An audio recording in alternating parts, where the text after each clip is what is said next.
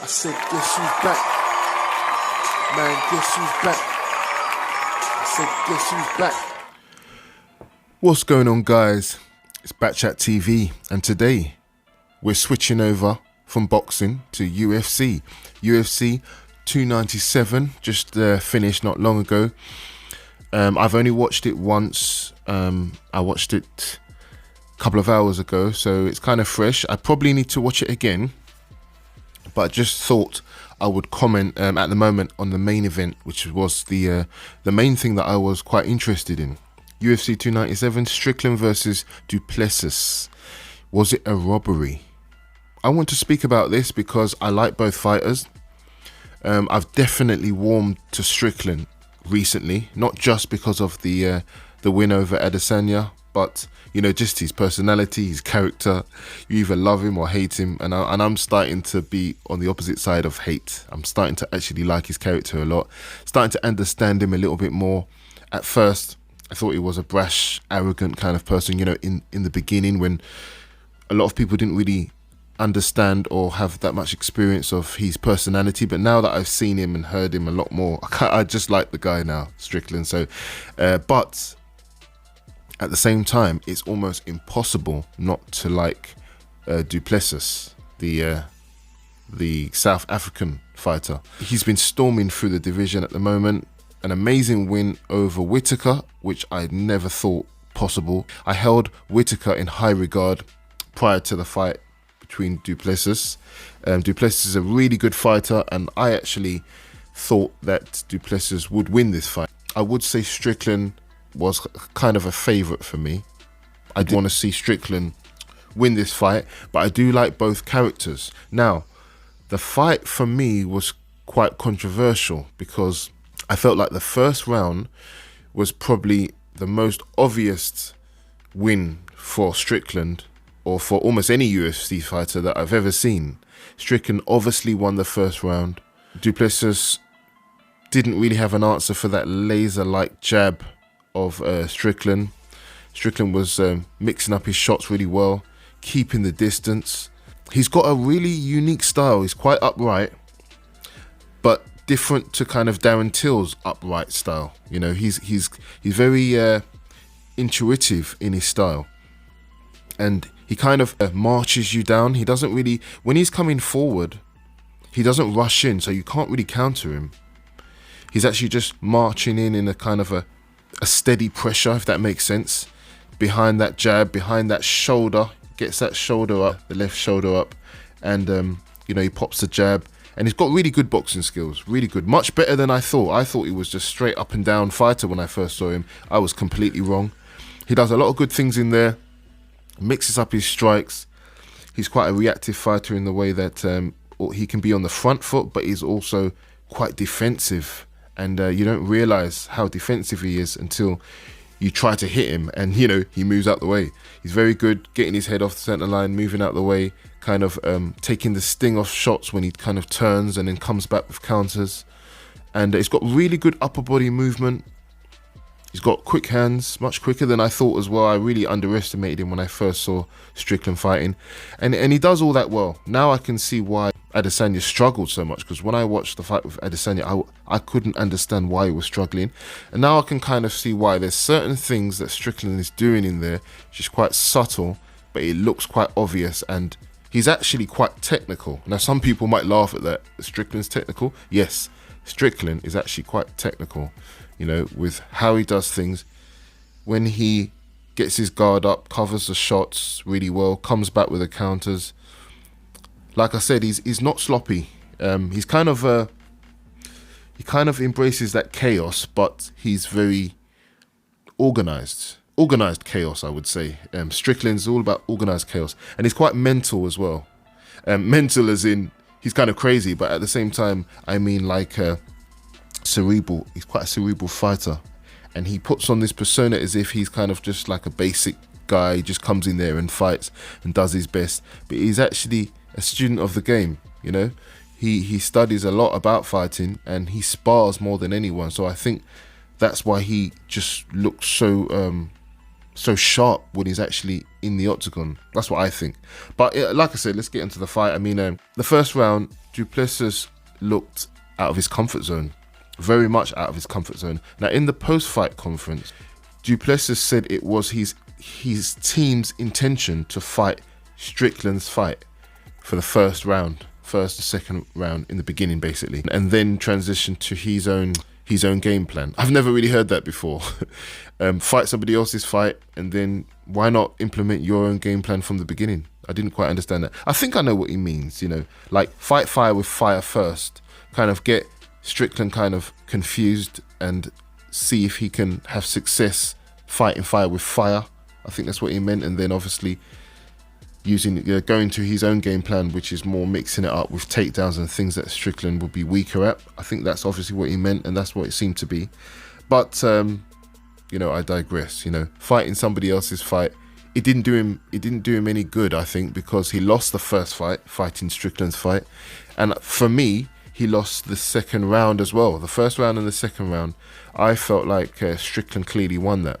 Now, in the second round, he did make some adjustments where he started to get closer to Strickland, and he did start to land some punches and get to that kind of mid-range, close-range position, which Strickland doesn't really like against certain fighters. I feel like Strickland fights slightly different when he fights certain fighters, depending on who he's fighting. He adjusts his distance. If he's fighting a big, strong guy like Du Plessis, he's sometimes on the back foot waiting to counter. If he's fighting someone who he thinks, you know, he's stronger than them, after a while, if their punches are not hurting him, he starts to march forward, and then he's the aggressor.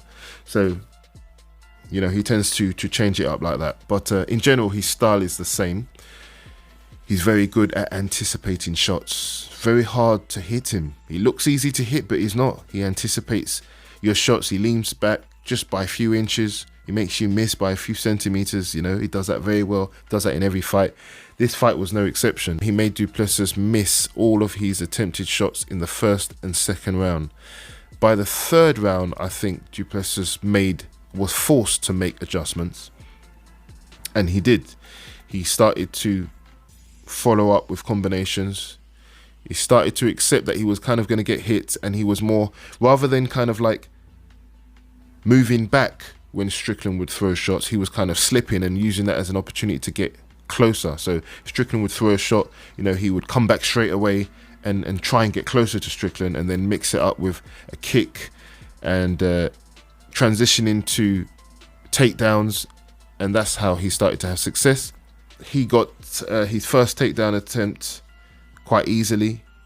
Strickland defended, eventually got back to his feet, but I think Du Plessis got him down again. And that's when Du Plessis started to implement his game plan, which is like overall kind of martial artist. Punches, kicks, a bit of grappling, you know, and that's what Du Plessis needs to do, because he is physically a strong man and he needs to implement that strength. And he did that quite well. Third round, took him down. Didn't really cause a lot of damage, but he implemented a lot of wrestling, which got him a lot of control time. So Du Plessis clearly won the third round for me. I feel like that continued in the fourth round as well.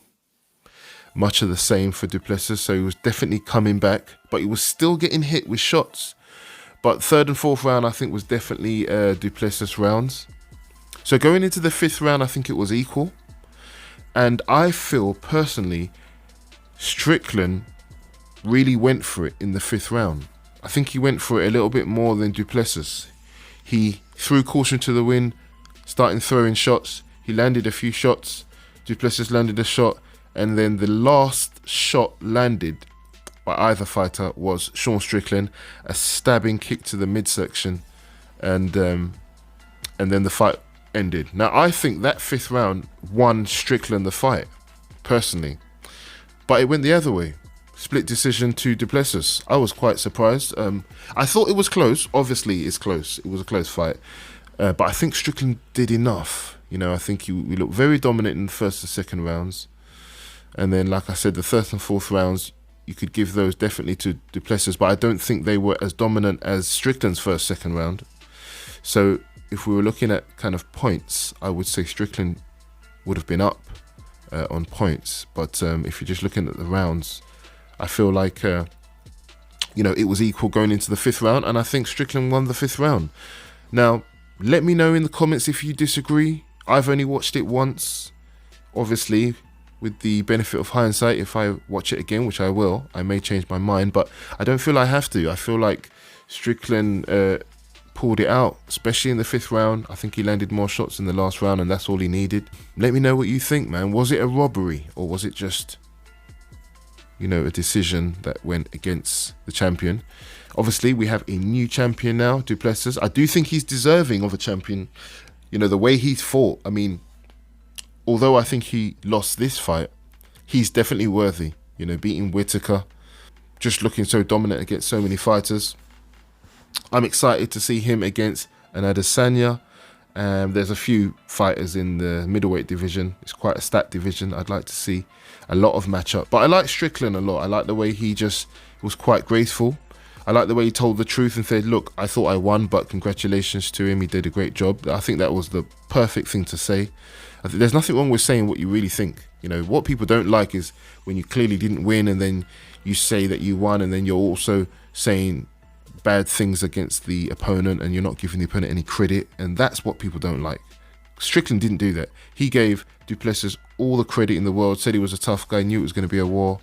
He thinks that he edged it out, but he's just happy that the fans got a good fight, and that's it. If you say that, no one can be unhappy with you. Just tell the truth. That's what I think. Du Plessis goes on as a champion. He said that it was nothing personal against Adesanya, because they've had a back and forth about who's more African and things like that, which is ridiculous, really. It's just ridiculous. So many people are born in different countries and raised in different countries. We all have the right to, take on the culture of where we're born and basically what makes us. If you're born in South Africa and you was raised there all your life, how can he say he's from anywhere else, So I don't want to get into all of that stuff, but it's good. It builds the fight. It builds some animosity. I like a bit of animosity behind a fight. It always brings out the best performances. So I'd like to see Adesanya get a shot at the new champion. But I actually, before he gets a shot, I wouldn't mind seeing a rematch with Strickland. I think Strickland deserves a rematch. I'd like to see that. I'd also like to see a rematch between Strickland and Adesanya, to be honest.